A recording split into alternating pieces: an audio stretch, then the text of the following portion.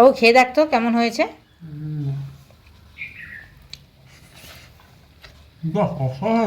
অসাধারণ। তাহলে ভিডিওটা দেওয়া যাবে? তাহলে বন্ধুরা নমস্কার, আমি চলে এসেছি গোপাদি অসাধারণ রান্না একটা নিয়ে। দেখুন রান্নাটা। তাহলে চলুন এই রান্নাটা আমি শেয়ার করছি আপনাদের সঙ্গে। চলে আসুন শিগগির একদম রান্নাঘরে। আমার বাবা এই দুটো মাছ নিয়ে এসছে। এখন এই দুটো মাছের মধ্যে কোনটা করবো তাই ভাবছি। তাই এটা কাটা আছে, এটা এখন করব। আর এটা পিস পিস করে কেটে ভাজা করে নেবো। কারণ এত বড় মাছ, এত বড় কড়াতে হয় নাকি, বড় কড়া হলে তখন ভালো সুন্দর করা হয়, তাই না? তাহলে এইগুলো এখন কেটে ভালো করে সুন্দর করে নুন হলুদ মাখাই। মাছ কেটে নুন হলুদ মাখিয়ে তেল মাখিয়ে নিয়ে চলে এসেছি। এদিকে কড়াতে তেল গরম হয়ে গেছে। আগে কি করব, আগে জ্যান্ত মাছগুলো ভেজে নেব। কারণ জ্যান্ত মাছগুলো এই কারণে ভাজবো, জ্যান্ত মাছের না গন্ধ হয় না, কিন্তু সমুদ্রের মাছের গন্ধ আছে। আর যেহেতু সমুদ্র মাছ মানে বরফ দেওয়া, ওই জন্য একটু গন্ধ গন্ধ মতো হয়ে যায় যেহেতু। আর এইগুলোতে জ্যান্ত মাছ এতে এরকম গন্ধ হয়ে যায় না। ওই জন্য জ্যান্ত মাছটা আগে ভেজে নেবো। আগে উল্টে দিলাম একটুখানি, ভালো করে ভাজা হয়ে যাক। এই দিকে নিয়ে নিয়েছি সব কেটে কুটে, ধনে পাতা আগা মাথা সব নিয়ে নিয়েছি, পেঁয়াজ দুখানা, 4টে টমেটো, নুন হলুদ তেজপাতা, আর এইগুলো হচ্ছে কাঁচা লঙ্কা চেরা। এইগুলো সব জোগাড় করে রেখেছি। সব মাছ ভাজাটা হয়ে যাক, হয়ে গেলে তারপরে কী রান্না করছি আপনাদের দেখাচ্ছি। ওই জ্যান্ত মাছগুলো ভাজা করে তারপরে ফিরে আসছি। মাছগুলো বেশ কড়াভাবে ভেজে রেখে দিয়েছি, কারণ জ্যান্ত মাছগুলো তো রেখে দেবো ফ্রিজে, ওই জন্যে। এইবার নিয়ে নিচ্ছি বরফের মাছগুলো ভাজা করে দেবো।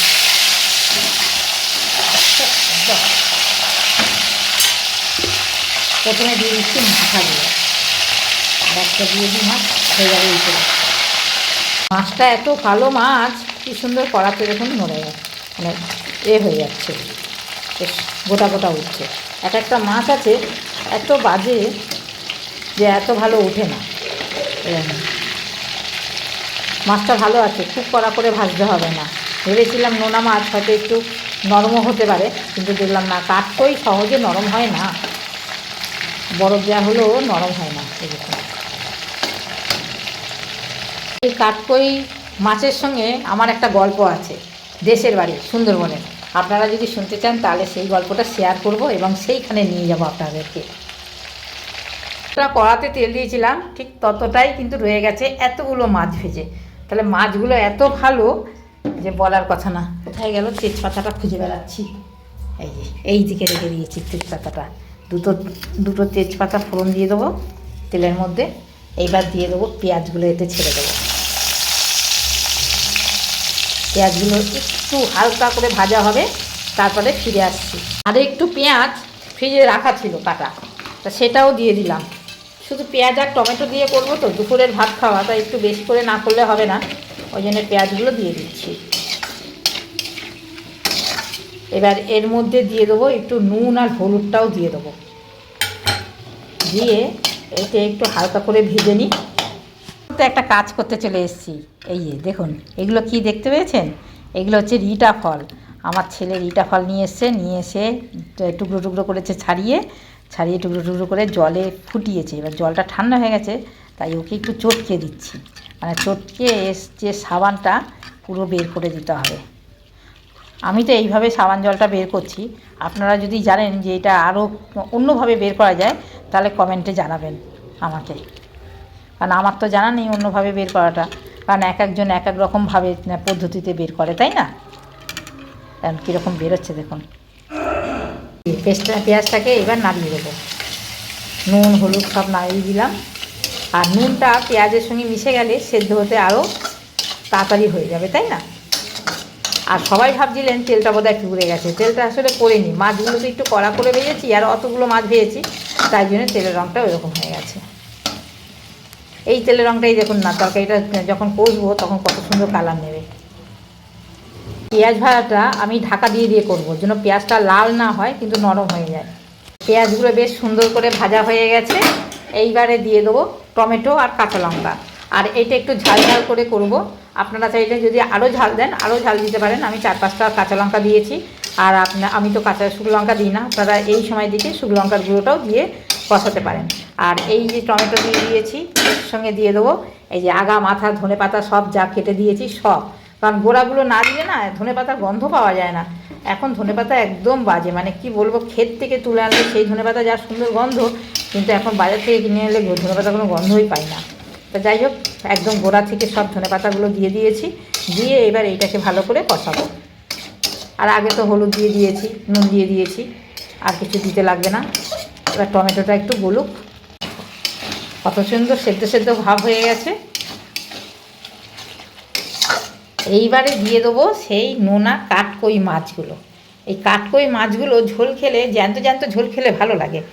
আর এ বরফের মাছ তো, অত দূর থেকে সমুদ্র থেকে নিয়ে এসছে, অতটা ভালো লাগবে না। দিয়ে দিয়েছি, যে আর একটা রয়েছে মনে হচ্ছে, এই যে রয়েছে।